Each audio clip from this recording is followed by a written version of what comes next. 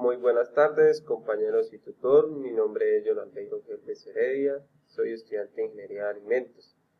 En el día de hoy les voy a presentar un video sobre una actividad de bioquímica sobre enzimática.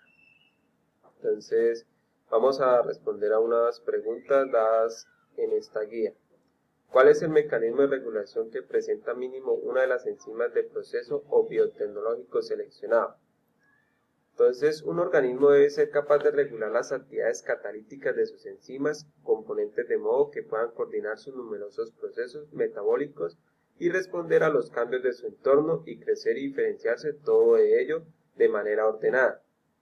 Para esto existen dos caminos por los que se puede ocurrir esto. Entonces, el primero sería el control de la disponibilidad de la enzima, que es la cantidad de una enzima determinada en una célula depende tanto de su velocidad de síntesis como de su velocidad de degradación, y cada una de estas velocidades está controlada por la célula. Por ejemplo, la E. coli, crecido en ausencia del disacárido de la lactosa, carece de las enzimas que metabolizar a este azúcar. Sin embargo, esta bacteria comienza a sintetizar los enzimas necesarios para metabolizar el azúcar al cabo de pocos minutos de exposición a la lactosa. El otro sería el control de la actividad de la enzima. Entonces, para esta actividad catalítica de una enzima puede regularse directamente mediante alteraciones de conformación o de estructura. La afinidad de una enzima en su unión sobre el sustrato puede análogamente variar con la unión de las moléculas pequeñas de efectores alterantes. Por ello, la actividad catalítica de la enzima es un ejemplo particular de este tipo de regulación. Consiste en el enzima aspartato transcarbamilasa, ATCasa de la E. coli, que mediante estudios se ha demostrado que la inhibida heterotrópicamente por trifosfato de citidina, la CTP.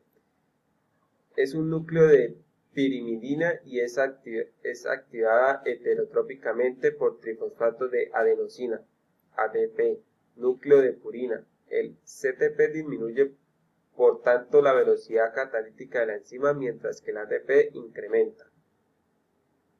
La CTP del producto de una ruta de biosíntesis de pirimidina es un precursor del ácido nucleico. Por consiguiente, cuando la biosíntesis rápida del ácido nucleico tiene lugar y ha descendido el conjunto, en la célula de estos efectos se disocia de la ATCasa a través de la ley de acción de las masas, con lo cual la enzima se deshibe y aumenta la velocidad de la síntesis.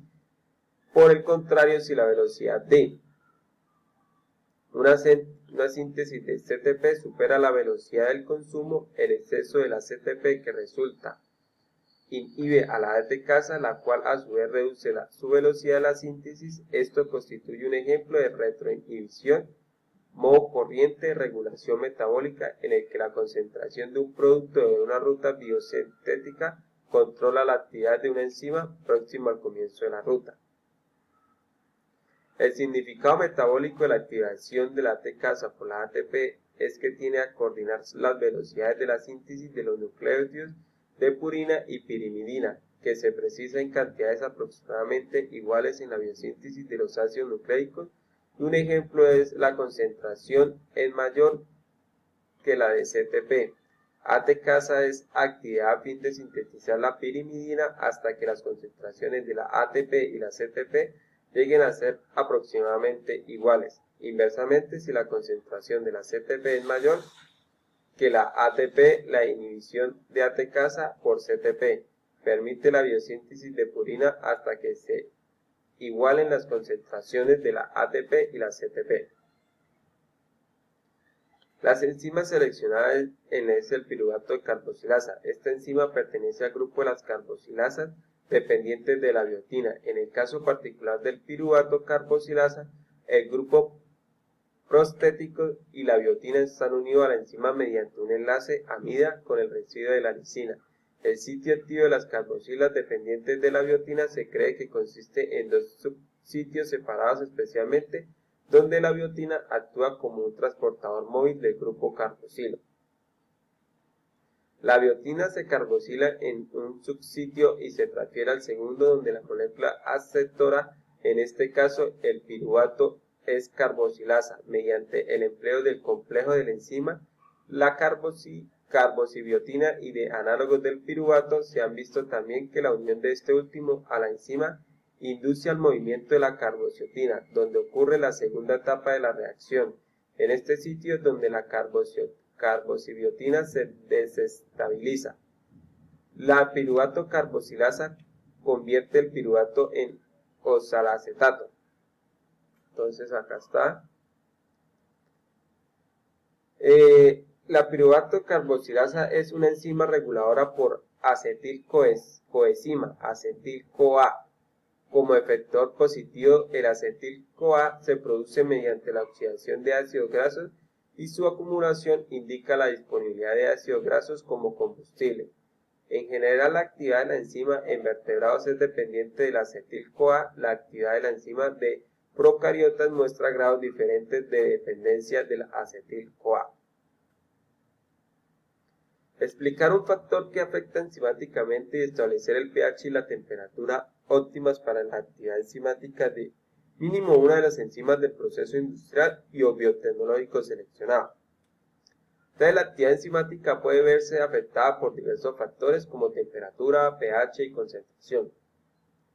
Entonces, la concentración de la enzima aumenta, la concentración de la enzima acelera la reacción, siempre que se disponga de sustrato al cual unirse. Una vez que todo el sustrato esté adherido, la reacción deja de acelerarse, puesto que no hay algo a lo que las enzimas adicionales se puedan unir. La concentración del sustrato. Entonces, al aumentar la concentración del sustrato, también aumenta la velocidad de reacción hasta un cierto punto. Una vez que todas las enzimas se han adherido, cualquier aumento del sustrato no tendrá efecto alguno en la velocidad de reacción, ya que las enzimas disponibles estarán saturadas y trabajando a su máxima capacidad. Aunque para las enzimas involucradas en la ruta bioquímica de la lisina no se encontraron valores de pH y temperatura, se mencionan los datos relacionados a la ureasa, la cual presenta un valor de pH óptimo de 7 y temperatura óptima correspondiente a 50 grados. Bueno, compañeros y tutores, esto era lo que yo quería explicar de esta actividad. Muchas gracias.